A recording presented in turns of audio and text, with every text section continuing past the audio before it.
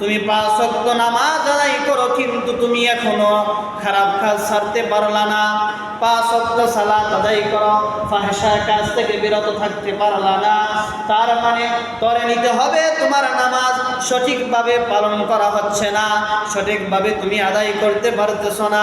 কেননা আল্লাহ রাব্বুল আলামিন বলেন সূরা আনকাবুতের 45 নম্বর আয়াতে কারিমার মধ্যে আল্লাহ বলেন, ইন্নাস সালাতা তানহা আনিল ফাহশাই ওয়াল মুনকার, নিশ্চয় নামাজ মানুষকে খারাপ কাজ ফাহিশা কাজ হইতে বিরত রাখে।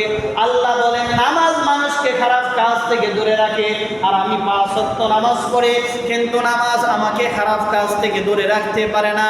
আমি 5 ওয়াক্ত সালাত আদায় করি, ফাহিশা কাজ আমি আল্লাহ তাআলার ফাহিশা কাজ আমাকে বিরত রাখতে পারে না।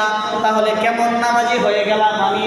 আল্লাহ তাআলা বলেন নামাজ মানুষকে দূরে রাখে অন্যায় থেকে, আর আমি নামাজ পড়ি কিন্তু অন্যায় থেকে আমি দূরে থাকতে পারি না। তার মানে আপনার আমার সঠিকভাবে নামাজ হচ্ছে না। আল্লাহ নিজে বলছেন যারা 5 ওয়াক্ত নামাজ পড়ে তাদেরকে এই নামাজ খারাপ কাজ ফাহিশা কাজ অশ্লীলতা থেকে দূরে রাখে। আল্লাহ নিজে বলতেছেন। আর আমি নামাজ পড়ি কিন্তু খারাপ কাজ থেকে আমি দূরে থাকতে পারি না, ফাহিশা কাজ থেকে আমি দূরে থাকতে পারি না, খারাপ কাজ থেকে অশ্লীলতা কাজ থেকে আমি দূরে থাকতে পারি না। তার মানে সঠিকভাবে আমার নামাজ হচ্ছে না।